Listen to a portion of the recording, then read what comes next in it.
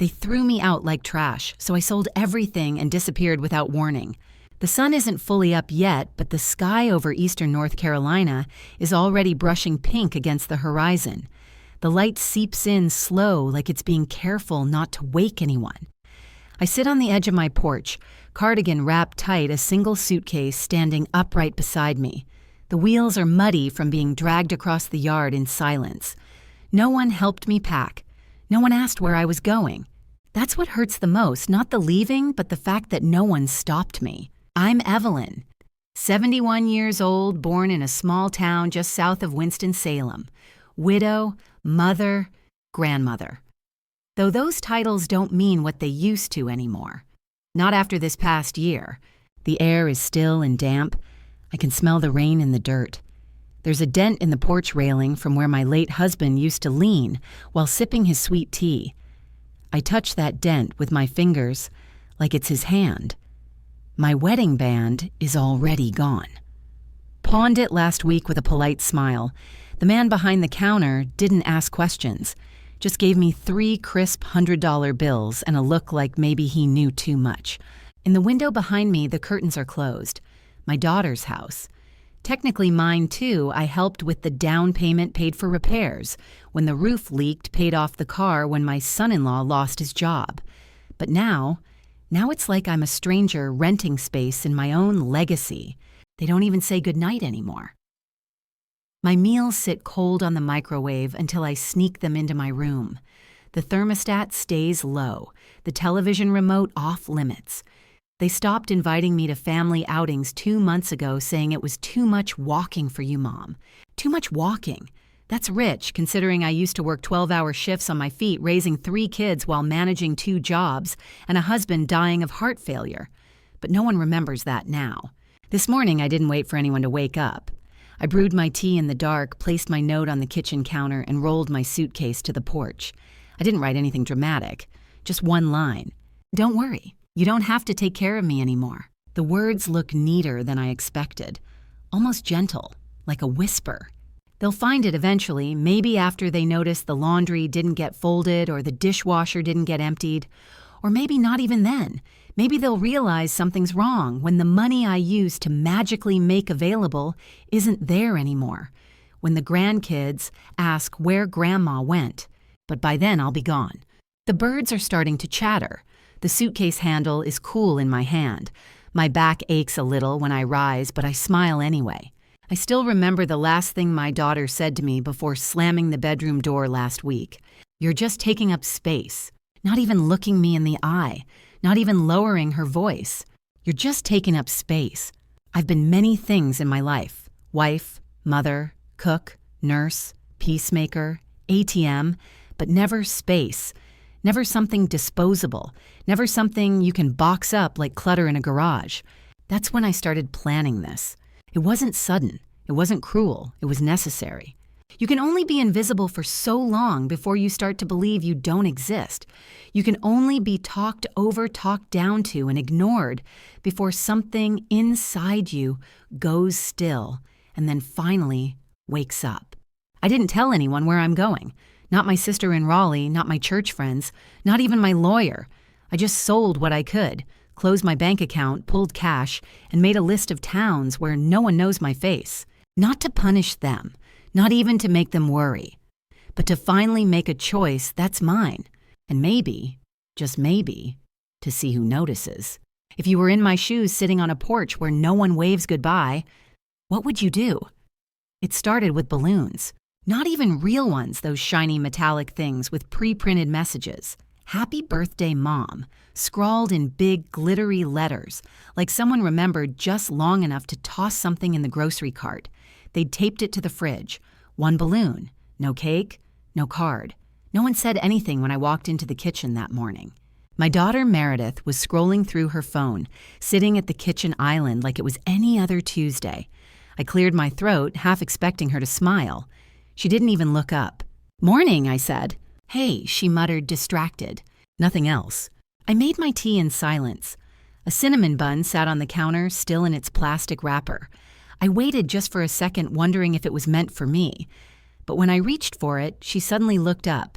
"Oh, sorry, that's for Landon." Landon, her son, my grandson, 14 years old. He was still asleep upstairs. He gets a cinnamon bun. I get a balloon from the dollar store. I took my tea into the den and sat there alone watching the sun glint off the window glass.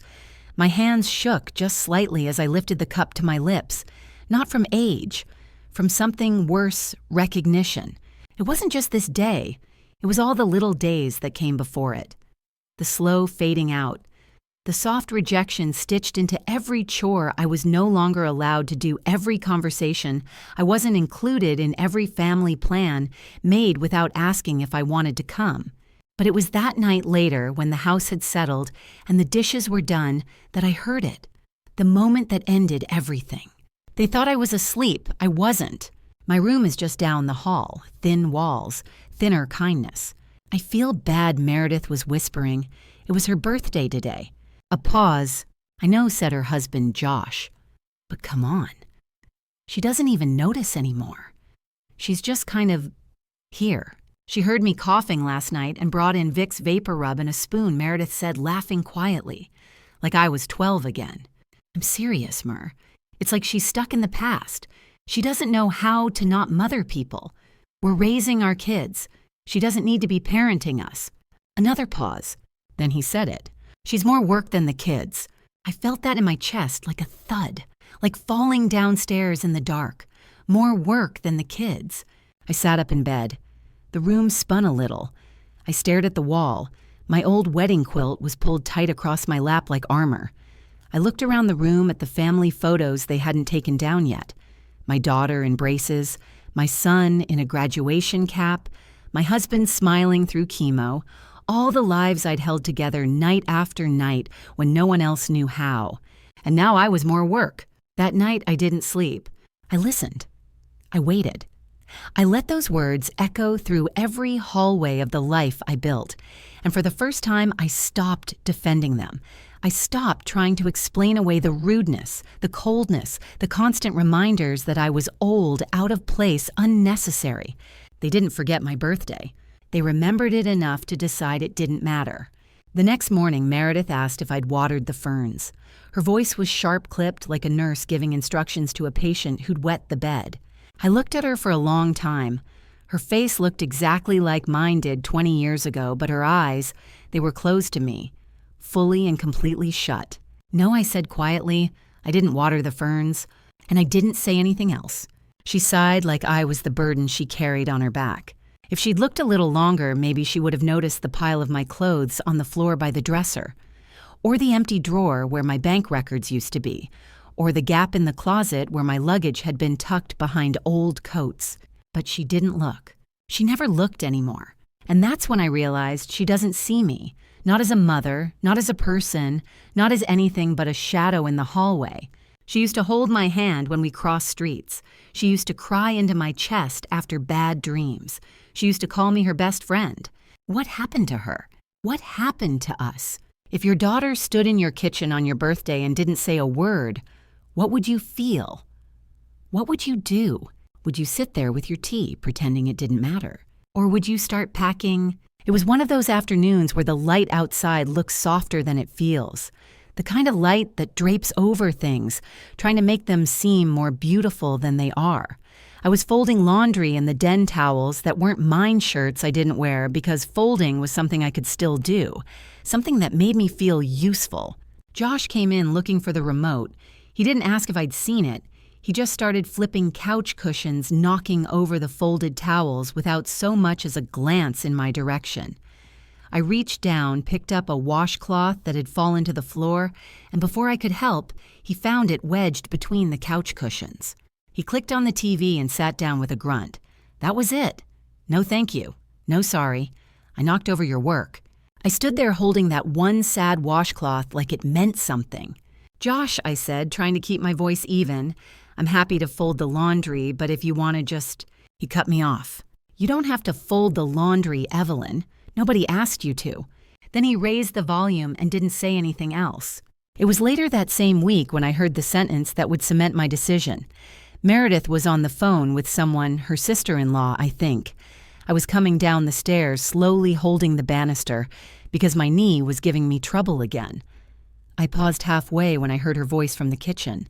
"She just won't leave," Meredith said, laughing lightly. "She's not paying rent anymore, and I swear it's like having a very polite ghost floating around." A pause. "No, she's not mean," she said, her voice dropping, "but she's always there. I can't even make coffee without her asking if I want help. Josh says she's just always in the way." My foot missed the step and I had to grab the rail to keep from falling. In the way. A guest. A nuisance. A background character in the home I helped them buy. The rest of the day passed in a blur. I washed dishes slowly, quietly, like I didn't exist. My presence, my voice, my love had all become a problem. My help was unwelcome. My silence too loud. I didn't fit anywhere anymore, not in the rhythms of their days, not in the corners of their home. That night, I laid in bed staring at the ceiling fan spinning above me. The room felt colder than usual, or maybe I was just noticing it for the first time. Maybe I'd grown used to the chill of being unwanted. "You're just in the way now." It echoed again and again, not shouted, not snarled, but whispered in exasperation with a shrug and a smile to someone else. That's what made it hurt more. The truth is, I raised her to be strong, to speak her mind, to say no if something didn't feel right. But I never imagined I'd be the thing she'd say no to. I used to brush her hair and sing her to sleep when she had night terrors. I stayed up through her teenage moods, her college heartbreaks, her messy divorce. I canceled my own appointments to drive her to hers. I stitched her Halloween costumes by hand. And now I was furniture. No worse, I was a splinter in the furniture. A sharp, inconvenient presence they didn't want to sit on anymore. I stopped cooking after that. I stopped folding. I stopped knocking on the door to ask if they needed anything from the store. And I started planning in secret. Bank accounts, storage lockers, the old life insurance policy I hadn't told them about. I began withdrawing cash in small amounts, hiding it in a shoebox under my bed. I found a buyer for the old engagement ring my husband gave me at 19. I made copies of my documents. I downloaded maps. I stopped talking, and for the first time in months, no one noticed. If your child looked at you and saw inconvenience instead of love, if your presence became a problem, if your history meant nothing in your own family, would you stay? Would you keep folding their towels, smiling through the ache? Or would you finally ask yourself, what if I disappeared? You don't notice it at first. The way someone's love for you doesn't end it, just forgets. At first it was small. They stopped saying, "Good morning."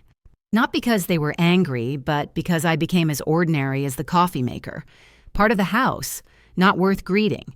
I tried not to let it bother me. People get busy. I told myself that a lot people get busy. But then the dinners stopped, including a third plate. They'd cook enough for themselves and the kids and say things like, "Oh, we figured you already ate," even though they never asked. I started making toast at night, quiet as a mouse in the dark kitchen, pretending I preferred it that way. I wasn't allowed to pick up the grandkids from school anymore. Meredith said it just confuses them when the routine changes. But I knew what it meant. I wasn't part of the routine anymore. I offered to drive Landon to soccer practice, and Josh chuckled. "It's a little much for you, Mom, don't you think?" A little much. I used to drive their family of 5 across 3 states in a van with no air conditioning. One afternoon, I sat in the living room while they planned a weekend trip to the lake. Meredith talked about sunscreen and snacks. Josh pulled up the Airbnb on his phone. The kids were running around excited. I waited for her to say something, anything that included me, but she never did. When I finally spoke up, asking if I should pack sandwiches, Meredith blinked like I'd broken a spell. "Oh," she said, "it's just the 4 of us going this time." Josh really wanted to keep it simple. And that was that. I nodded like I understood, like I agreed. Then I excused myself to the laundry room and stood there staring at the dryer for 20 minutes. The hum of it was the only thing that didn't feel cruel. They were writing me out, softly, slowly. They didn't want a confrontation. They didn't want a scene. They just wanted me to fade. They stopped asking my opinion. They talked over me during dinner. They moved my things in the bathroom cabinet to the bottom shelf. Once I walked into the kitchen and heard Josh telling Meredith that it might be time to talk about long-term options. I knew exactly what that meant, an apartment, a facility, an off-site solution for an on-site problem. You should be grateful, my sister once told me on the phone. You're living with family. That's more than most people your age get. But what she didn't understand is this. It's not about where you live. It's about how you're allowed to exist. I lived with people who didn't see me anymore, and that's lonelier than any studio apartment with creaky floors and a kitchenette. I used to hum in the mornings, tapping my fingers on the counter while I waited for toast. But lately I found myself catching the tune halfway and stopping. Like even my humming might be too much. They didn't yell. They didn't hit. They didn't even ask me to leave. They just slowly turned down the volume of my presence. Like I was background music they didn't remember turning on. And I started to believe it, that I was forgettable, disposable, in the way. Until one morning while making tea, I looked at the mug in my hand. It had a chip in the handle, a little crack from when Meredith was 5 and dropped it while helping me wash dishes. I'd kept it all these years. It was my favorite. But now the chip made the handle uncomfortable, unbalanced. And I realized something. They saw me the way I saw this mug still here but not worth fixing. So I put it in the trash. And I didn't cry. Because I knew if I didn't want to end up broken at the bottom of someone else's bin, I'd have to take my story and walk away before they erased it completely. If your family started living like you weren't there, if you were erased without ever being told to leave, would you still wait for permission? Or would you pack before you disappear entirely? There's a moment small and silent when a place you've called home begins to feel foreign. It doesn't happen all at once. It creeps in like a draft from under a closed door. One day, you reach for your favorite blanket and find it's no longer on the couch. You open the pantry and the shelf you use for your tea has been taken over by protein bars and flavored chips. You tell yourself these are little things. You're being too sensitive. But when the little things stack high enough, they become a wall. And soon you're on one side of it watching everyone else live comfortably on the other. I used to water the garden. Pick rosemary for dinner, sit on the front steps and wave to the neighbors. Lately I stopped. Not because I didn't want to, but because Meredith asked me to let the kids be more involved. I stood at the window that afternoon watching Josh tear out the rosemary bushes without even asking. Landon dug up the soil like it was a chore. No one said a word to me. The herb I planted the year my husband died, gone in under an hour. I tried to laugh it off. Looks like you're making space for something new, I said. Josh nodded. Yeah, thinking of putting in a fire pit. Meredith didn't meet my eyes. I backed away from the window. It was their yard now, their garden, their house. Even though I'd put in half the down payment from my own savings, even though the mortgage was under my name for the first 5 years while Josh's credit recovered, even though I took out a second policy to pay for the roof, somehow it wasn't mine anymore. Not even my bedroom.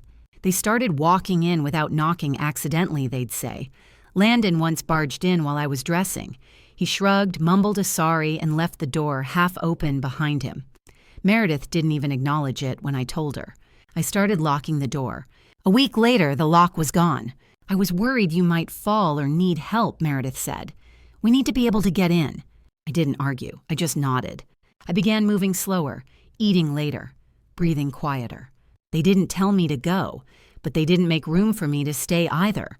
I became like a relic they didn't know what to do with, too meaningful to throw out, too inconvenient to keep. One evening, I found a flyer tucked into the mail Meredith had left on the table. Assisted living options, dignity, comfort, and care. Someone had circled a sentence in red pen, perfect for aging parents who need a new chapter. No name, no signature, but the message was loud and clear. I looked at my plate that night. No one had waited for me to sit down. They were already eating. Meredith was talking about new kitchen counters. Josh scrolled through his phone. I stared at my fork, the cold pasta, the silence. And I realized you don't have to be kicked out to know when you're no longer welcome. Sometimes they just make it so unbearable you leave on your own. I stopped calling it home after that. Home is where you're safe, where your memories live in the walls, where your chair is still your chair. This house, it was just a place that had my name on some papers and none of my spirit left in the rooms. I began counting the nights, quietly, one by one. I sold what I could from my room on a second-hand app, a watch, a brooch, my husband's old fountain pen. I boxed up the rest. I bought a used suitcase from a woman named Carol who cried when I asked for a discount. She said it had belonged to her mother. I paid full price. I understood too well. If the rooms you live in feel like they're shrinking, if the people you raise no longer look you in the eye, if your roots are still there, but you're being pulled up slowly, gently, without warning. Would you wait until they hand you a moving box? Or would you start packing in secret and protect what little piece you had left? The jeweler didn't ask why. He just lifted the ring delicately with his gloved hand, turned it beneath the light, and gave a number. $350. $350. That was what 37 years of marriage amounted to in gold and appraisal.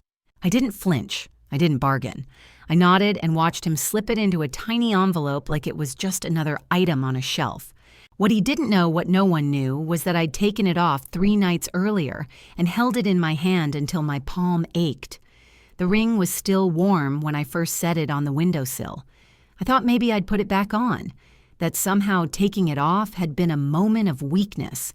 But I never did, because it wasn't weakness. It was decision. That ring had stayed on my finger through childbirth, funerals, bank overdrafts, anniversaries, chemo appointments, and lonely nights when my husband coughed so hard I thought his ribs would crack. But it didn't belong here anymore. Not in a house where my name wasn't spoken unless something needed fixing. Not in a home where love felt conditional. Not on a hand that no longer reached for anything. I walked out of the shop with an envelope in my purse and a strange lightness in my chest. The kind of lightness that doesn't feel like freedom, yet just the absence of a weight you didn't know you were still carrying. The pawn shop was 3 towns over. I didn't want anyone I knew to see me. The drive was long and quiet. No music, no GPS. Just me in the window cracked an inch for air. I pulled into a rest stop afterward and sat under a tree with a vending machine soda. The wind played with the loose threads on my sweater. I watched a young couple wrestle with a crying toddler beside a picnic bench. I thought of Meredith when she was that age, how she clung to my pant leg at the grocery store, how she used to sing to herself when I brushed her hair. How did we get from that to this? Where did the softness go? I kept thinking about the ring, about how I hadn't told anyone I was selling it, not because I was ashamed, but because I knew they wouldn't notice it was gone. The same way they hadn't noticed when I stopped singing in the mornings, or when I stopped baking on Sundays, or when I no longer wore lipstick to dinner. I used to be a woman who made spaces beautiful, who turned grocery leftovers into meals, who knew every teacher's name and every friend's birthday. Now I was someone whose presence interrupted their rhythm. That day after selling the ring, I drove to the storage unit. It was tucked behind a strip mall with faded signage and a chain-link fence. I'd rented it 2 weeks earlier under my maiden name, paid 3 months in advance. Inside were the boxes I'd been slowly packing, old photo albums, my husband's service medals, letters I never mailed, his worn leather Bible, my sewing machine, and cash. Almost $5,000 in total. Not much, but enough to start over somewhere. I tucked the envelope from the pawn shop into an old shoebox and set it next to the others. Then I closed the metal door, slid the lock through, and clicked it shut. It echoed louder than I expected. That lock was the first thing in a long time I'd done purely for me. No permission, no explanation, just choice. I don't know why the ring was the tipping point. Maybe because it was the last thing on me that still belonged to the life I used to have. And letting it go felt like telling the universe I don't need to be someone's wife to still be someone. If you had to put a price on your past, if the only thing left that held your history was a piece of gold on your hand, would you keep wearing it like a memory that stopped loving you back? Or would you trade it in for cash for courage for a chance to disappear clean? The metal door creaks when I slide it open again. The scent inside is familiar now, cardboard dust, old cloth, and something else. Something like relief. This is the only place that still feels like it's mine? The unit is small, barely the size of a walk-in closet, but it holds everything that still matters. A few boxes marked in my handwriting, winter clothes, important papers, photo albums. Under one of them, hidden between a quilt and my sewing kit, is the shoebox filled with the money I've been quietly collecting for months. I sit down on a folding chair I brought from the house and rest for a moment. My knees ache more than usual, and I don't have my heating pad with me. But the ache reminds me I'm still alive, that I can still make decisions with these bones. Inside this space, I've stored more than just belongings. I've stored versions of myself they didn't want to see anymore. There's the Evelyn who used to teach Sunday school and still kept those lesson plans in a folder. There's the Evelyn who baked 6 pies for Thanksgiving and insisted everyone take leftovers. There's the Evelyn who stayed up late mending her daughter's prom dress while pretending not to cry at how grown she looked. All of her is packed in here between the albums and envelopes and handwritten letters she never mailed. I pull one out now. It's dated 3 months ago. Dear Meredith, I'm not sure you see me anymore. I used to be the person you called for everything. Now you barely remember to ask if I'm coming to dinner. I don't need your gratitude. I just wanted your voice to still sound soft when you said my name. I didn't send it. I wrote dozens like it, all tucked away, all unsent, because this plan wasn't about guilt. It was about closure. When you live in someone else's house and they forget to see you, you start building a secret house in your mind, a place where you matter, a room where your name isn't just an afterthought. The storage unit became that place. I come here every few days telling them I'm going on walks or errands. I sit inside rearranging things, making lists, building the next version of my life quietly like I'm drawing up blueprints in the dark. I've sold almost everything of real value, jewelry, my old collection of porcelain birds, even my late husband's watch. It felt strange selling his things, but I reminded myself he's not in them. He's in me, and he'd tell me to go. He wouldn't want me to stay in a house where I was unloved. There's one item I haven't sold yet, a small wooden music box. Meredith gave it to me when she was 8. It plays You Are My Sunshine in a wobbly, tinny melody, and when I open it, there's a little mirror inside, cracked now from years of being moved around, but I keep it because it's the only version of her that still felt innocent, loving. I wind it once, just enough for the first line to play. You are my sunshine, my only sunshine. It trails off before the second line. I sit in the quiet for a long time. Then I take the burner phone I purchased last week out of my coat pocket. No one knows this number. It's a clean slate. I scroll through maps of towns. I've circled places with population signs under 10,000, where no one knows my face and no one owes me anything. I decide on one. A town with a used bookstore, a diner, and a cottage available for rent. It's 4 hours away. They'll never think to look there. I start drafting a final checklist. Close old bank account. Withdraw remaining funds. Cancel Meredith's access. Call utilities under my name and end them. Load car at 4:30 a.m. Leave before sunrise. There's only one thing left, write the goodbye letter. Not for them, for me. Because when you've been forgotten in your own home, sometimes you need to hear yourself say, you deserve more. And I do. If you had a tiny space where no one could find you, if you could rebuild your dignity one box at a time, would you stay where the pain is familiar? Or would you lock the door behind you and never look back? It was still dark when I opened the front door.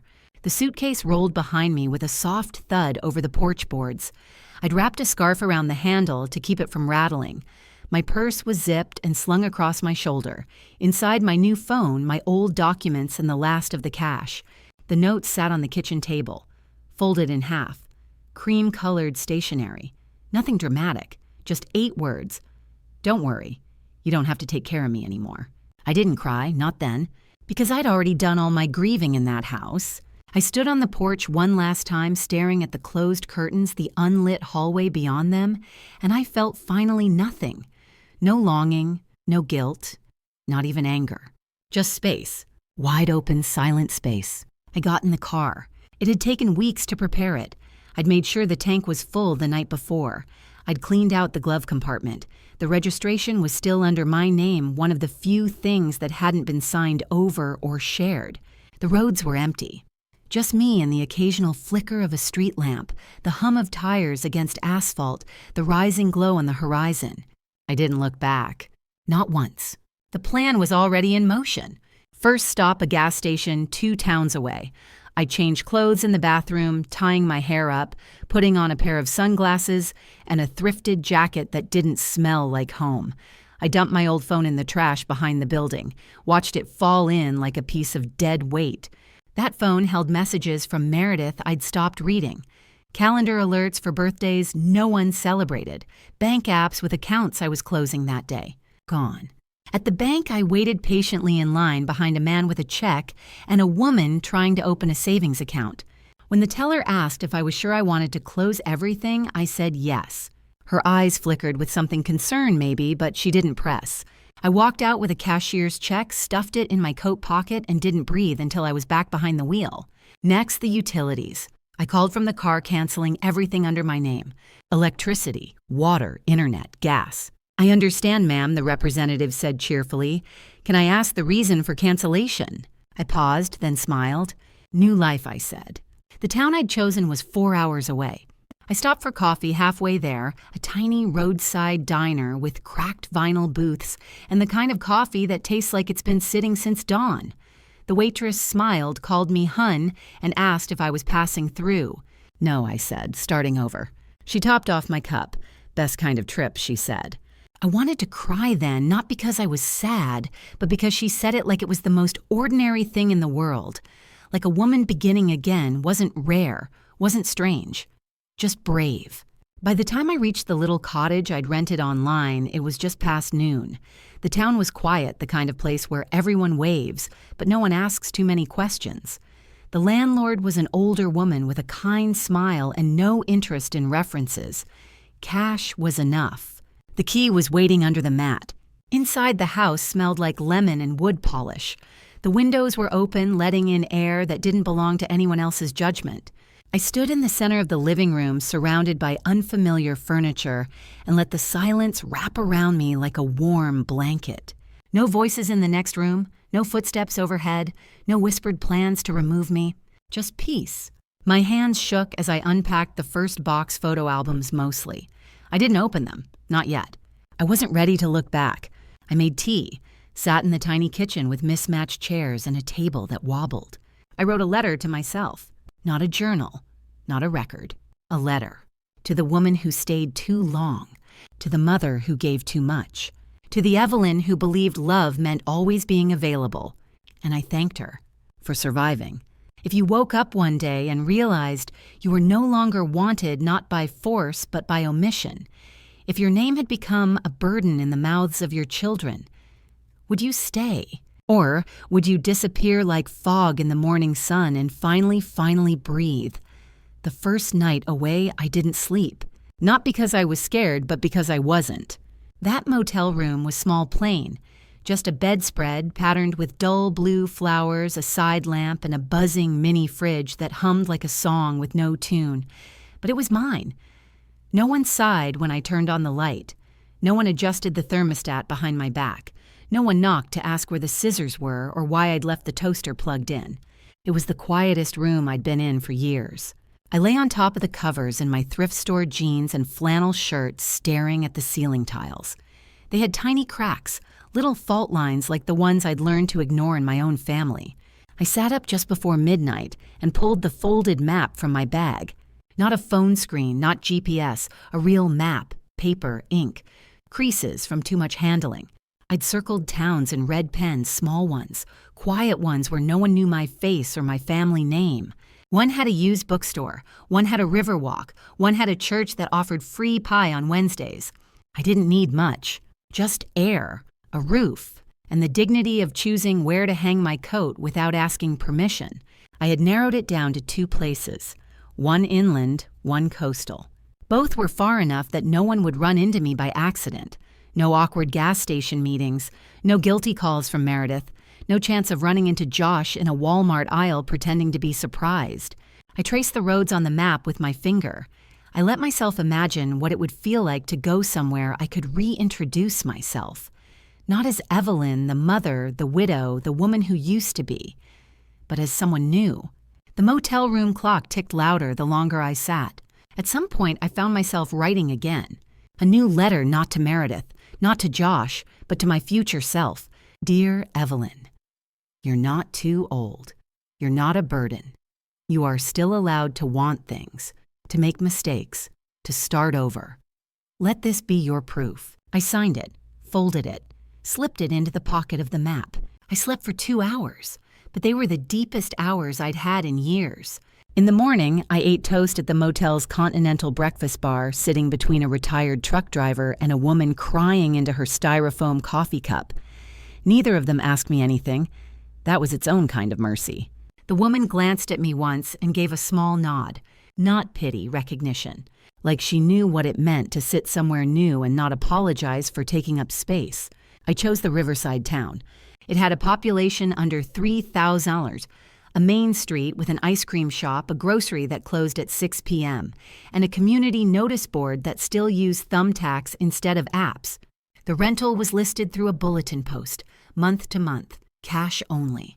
I called using my new name, Anne, short for Anne Marie, my mother's name. The woman who picked up said she had a small house available. It used to belong to her aunt. It's old, she warned me, but it's clean. That was all I needed. I didn't ask for pictures. I didn't ask for amenities. I just asked for the address. On the drive there, I rolled down the window. The air was brisk, full of pine and sun and that early spring dampness that clings to everything. No voices, no orders, no errands, just the road. A winding, peaceful line that had nothing waiting at the end but a quiet house and a name I hadn't said out loud in decades. Anne.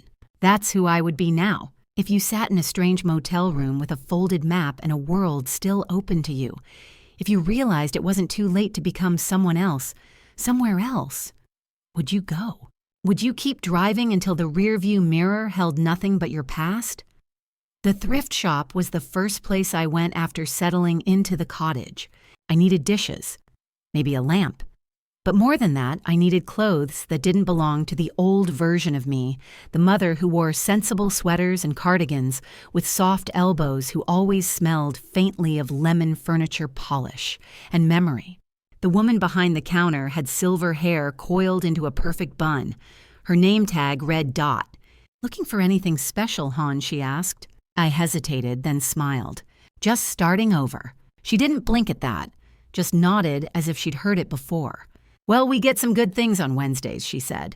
"The church ladies bring in a truckload after rummage. Half of it's still in the back. You want to take a look?" And just like that, I found myself in the sorting room behind a swinging door, rifling through boxes with a woman I'd met 5 minutes ago laughing softly at sequin jackets and holding up skirts to the light. I chose a denim jacket with copper buttons. It didn't scream grandmother. It didn't whisper caregiver. It just looked comfortable. Lived in.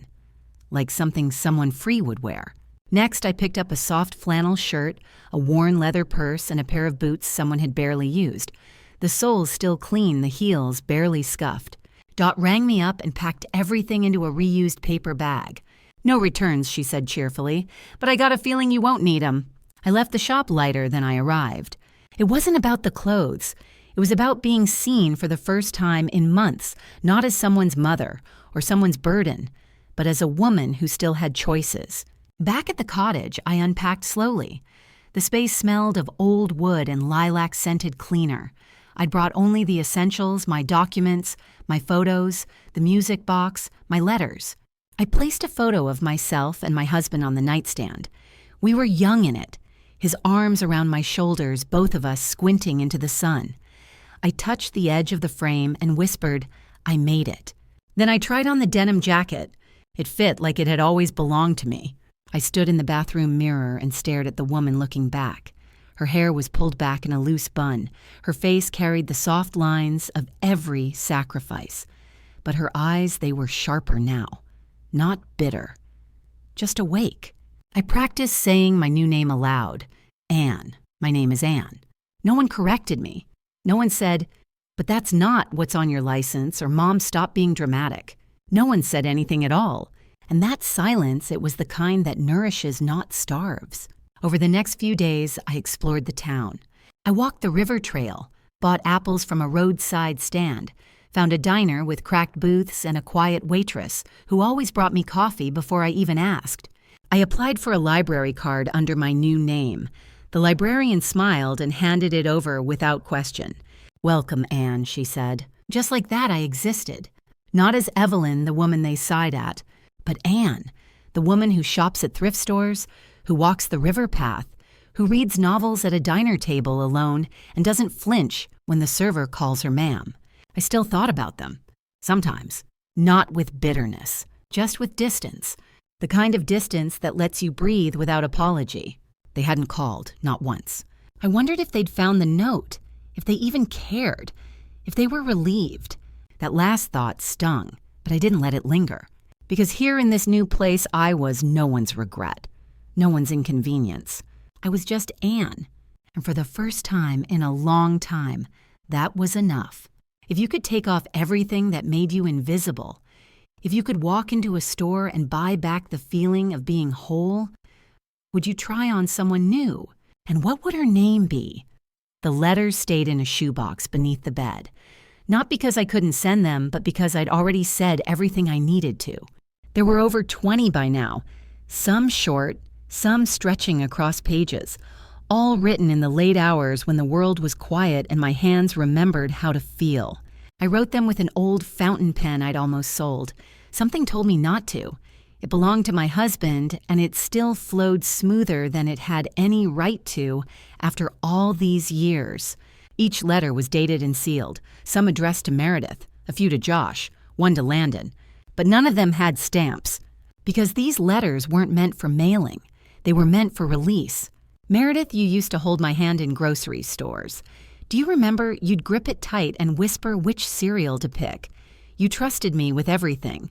I don't know when I stopped being your safe place. Josh, I gave you the best years of my retirement. Paid your car off, cooked your meals, smiled at your jokes, even when they hurt. Why did you look through me instead of at me? Landon. I made you peanut butter toast with no crust, even though I think it's a crime against bread. I loved watching you grow. I wish I'd heard you call me Grandma one last time before I left.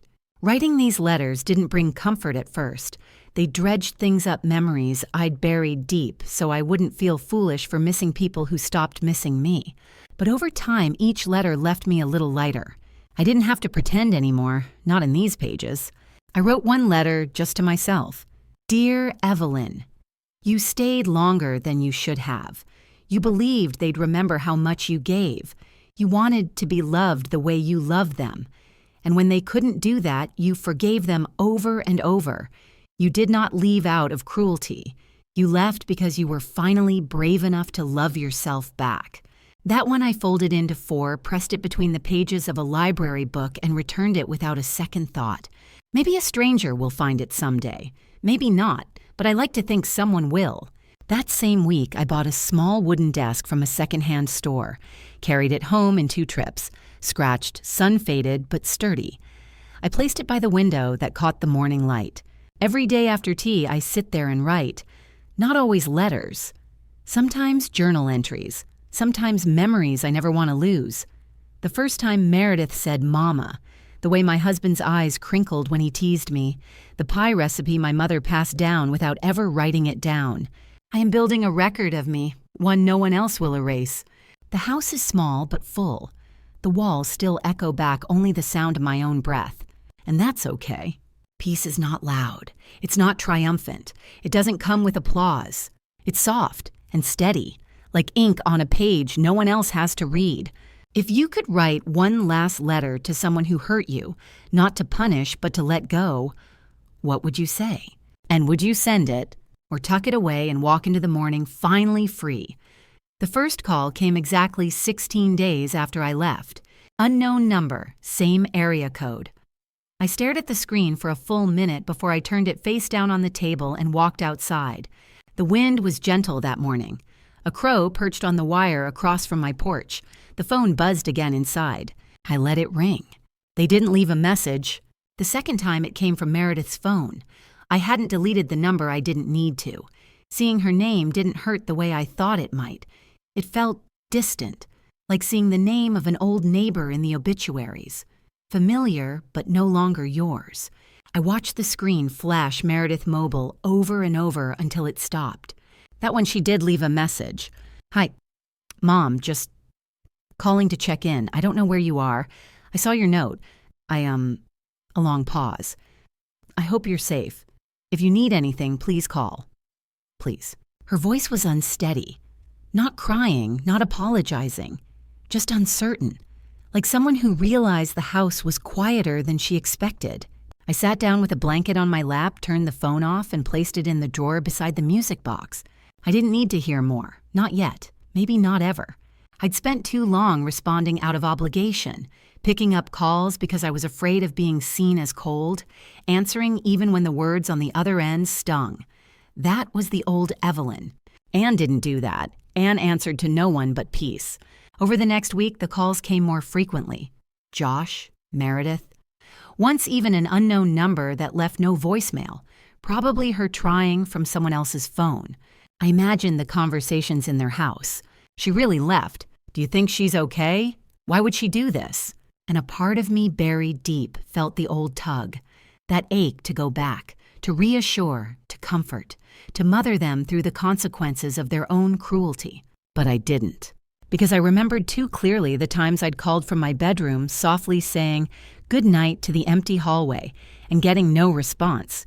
I remembered setting the table for 3 and being told they'd already eaten. I remembered the silence after they called me more work than the kids. So no, I didn't call back. Instead, I painted the walls of the cottage a soft sage green. I planted a window box of wildflowers from seed. I joined the library's book club and sat in the back, listening to strangers speak about fiction and love and loneliness. When asked to introduce myself, I smiled and said, "I'm Anne. I moved here recently." That was all. That was enough. No one pressed. No one asked what I left behind, only what books I liked. That same afternoon, I received a letter, forwarded from the storage unit I'd kept for just long enough to catch any loose threads. The handwriting was Meredith's. I held the envelope for a long time before opening it. It was thin, just a single page. "Hey, Mom, we don't know what to do without you. I keep checking your room. I keep expecting to hear the kettle. Josh keeps asking if you're coming back.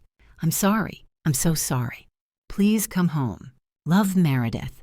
No excuses, no real ownership, just absence and regret wrapped in the simplest language. I folded the letter carefully and placed it in the same box as the others.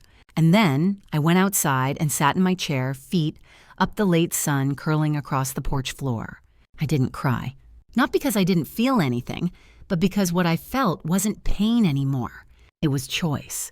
Every time that phone rang, I chose not to answer, not out of hate, not even out of anger, but out of clarity.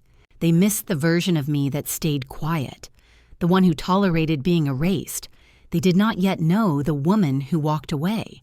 And until they did, fully, truly, I would not return.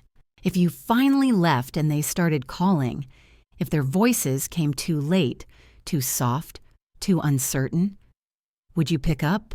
Or would you let the silence speak louder than their apology? It wasn't much. Just 2 bedrooms, 1 bath. Peeling paint on the shutters, a mailbox that leaned slightly left, and floorboards that groaned like old knees. But it was mine. All mine. The kind of mine you can't argue with. Not co-signed, not borrowed, not shared.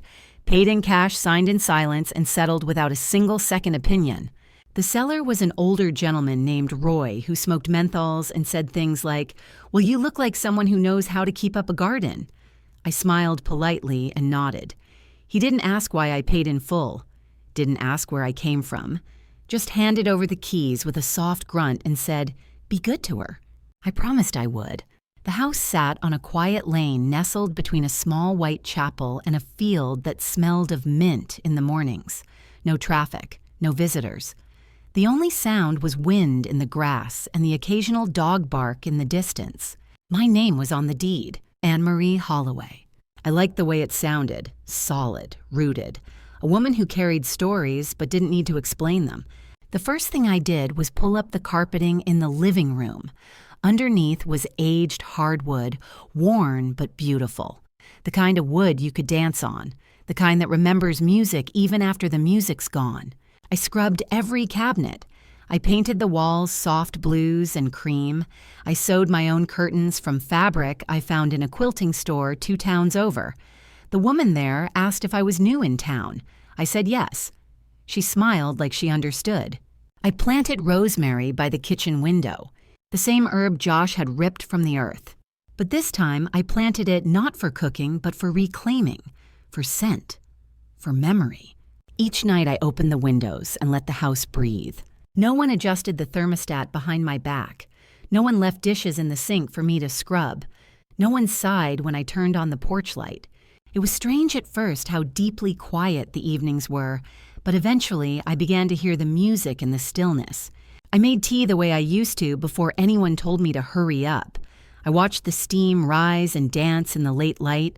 I read books aloud just to fill the space with sound. Sometimes I talked to my husband, not out loud, just in the way a thought becomes prayer. Can you believe this, darling? I'd think staring at my chipped tea mug. They really let me go. Just like that. But then I'd shake my head and smile because what mattered wasn't what they let go of. It was what I took with me. Strength, grace, a spine they underestimated. They taught me something in their absence, that being needed is not the same as being loved, that being tolerated is not the same as being welcomed. This house may be old, but every nail in the wall is mine. Every creak is permission. I even left a copy of the deed on the mantel framed in glass. A small private triumph. I had thought for so long that my story had already been written, that at 71 I was just a footnote in someone else's plot. But standing in that sun-drenched kitchen, hands in the sink, wild rosemary scent curling through the open window, I knew better. This was a beginning. Not a retreat, not a punishment, not even a revenge. Just a woman alone in a home that finally didn't ask her to shrink. If you could buy back your peace brick by brick, if you could stand barefoot in a place where your name was no longer a burden, but a blessing, would you? Would you risk the unknown to live somewhere that felt like yours? It started with a birthday, not mine, Meredith's. She turned 45 that week.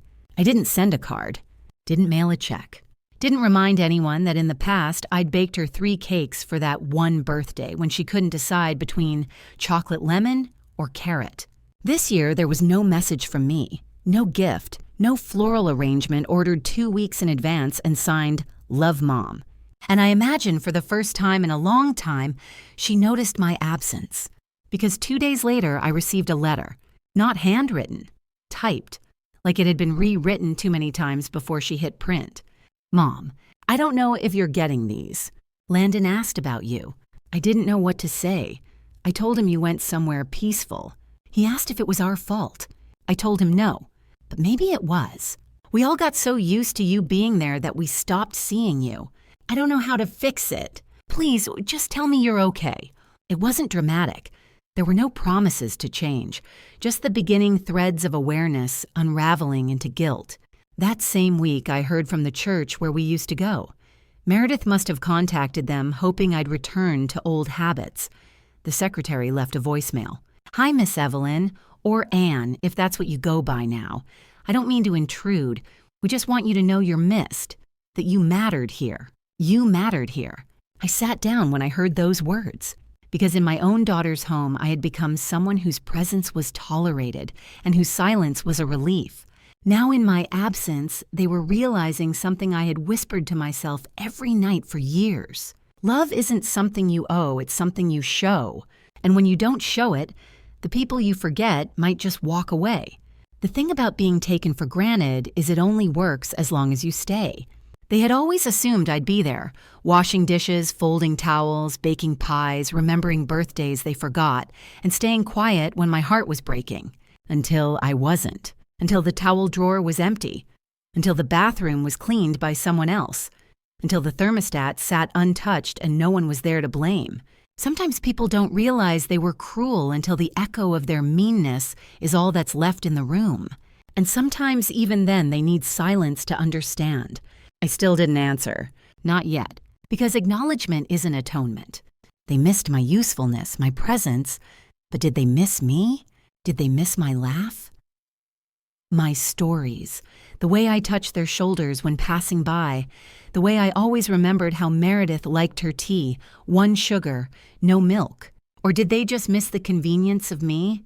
I left the letter on the kitchen table and walked outside. The sun was beginning to set, streaking gold through the field behind the house. My rosemary was growing wild now, sprigs reaching toward the window. I picked one, twirled it in my fingers, and thought about the version of myself they'd never met. The version that stood up and left. The version that didn't wait to be told she mattered. I wondered what they told Landon. Did they say I'd run away, that I was upset, that I was unwell? Or did they tell him the truth that sometimes love fails not with yelling, but with forgetting? If your family finally realized what they lost, if their apologies started arriving clumsy, late, and aching, would you go back? Or would you let them live in the absence they created? The morning light in this house is different. It doesn't creep in the way it did in my daughter's home, Shy, like it didn't want to wake anyone. Here it pours in bold, brushing the floorboards with gold and warming the rosemary plant by the window. I wake slowly now.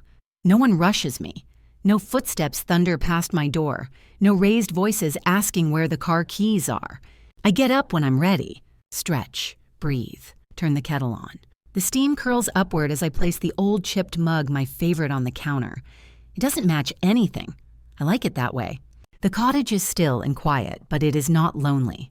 Because I have filled it with things that matter and things that don't have to be explained. I volunteer twice a week now at the local resale shop where Dot works. She gave me a name tag that just says Anne. She never asks about my past, but she does bring me sandwiches on Wednesdays and tells me about her cats like we've known each other for decades. Last Sunday I went to the farmer's market, bought honey from a man who calls me ma'am with a little wink, and tomatoes so ripe they burst under my fingers before I could slice them. I brought them home, cooked pasta with basil and garlic, and sat on the porch to eat barefoot plate in my lap. Birdsong above, wind in the grass, the smell of earth and salt. I didn't miss anything. Not Meredith, not Josh, not the constant tiptoeing. I still think about them. But now it's like remembering a house I moved out of long ago. Some rooms were warm, others were always cold no matter how high you turned the heat. One day I might write them back, not with blame, not even with explanation, but with peace. I'll tell them I'm alive, that I'm not lost, that I didn't disappear, I reclaimed. For now, the only letter I write is to myself. I sit down at the desk by the window, the one I painted blue, and pull out a fresh sheet of paper. Dear Anne, you made it. They called you too much. They called you in the way. But you were never too much. You were just too giving, too soft, too quiet about your own worth. You don't have to be quiet anymore. This home is yours. This name is yours. This peace is yours. I seal the letter and place it in the drawer beside the music box. Then I go outside, barefoot, coffee in hand, face tilted toward the sun. The rosemary is blooming. If you were me, a woman who'd been erased so gently she almost didn't notice, and you had found a home where you didn't need permission to exist, would you ever go back? Or would you let the silence remain, not as punishment, but as a boundary that blooms? There's a different kind of silence here now, not the heavy kind that hung between hallway walls where words were swallowed and eyes looked past you. Not the aching quiet of being ignored at a dinner table you once hosted. This silence is soft. It lives in the hush between birdsong. It settles between sips of morning tea. It wraps itself around my shoulders like a shawl woven not of loneliness, but of rest. Some mornings I forget to look at the clock. I make toast when I'm hungry, not when someone else needs it. I hum when I sweep the kitchen floor, not for company, but for myself. And the world keeps turning. No one demands, no one dismisses. There is a kind of healing that happens in the absence of explanation. Not everything needs to be said out loud. Some truths are felt in the bones, quiet, undeniable, sacred. Like this one, I do not owe anyone the pieces of myself I had to stitch back together. Maybe Meredith will understand that one day. Maybe she won't. But that no longer decides the temperature of my days. I think sometimes of Landon. I wonder if he remembers my stories, my laugh, the way I held his hand on the walk to school. If he does, I hope it's enough to plant something soft in his heart. Maybe one day he'll sit beside someone else who feels forgotten, and instead of turning away, he'll stay. As for me, I live gently now. I read until dusk. I plant flowers no one else will see. I sleep with the window cracked open so I can hear the wind moving through the field. I disappeared, yes, but not to punish. To preserve, to begin. And maybe, just maybe, to remember what it feels like to matter without needing to be needed. If you were me after everything, what would you do? Would you write back? Or would you sit quietly with the sun on your shoulders and know in your bones that you chose yourself? and that was enough.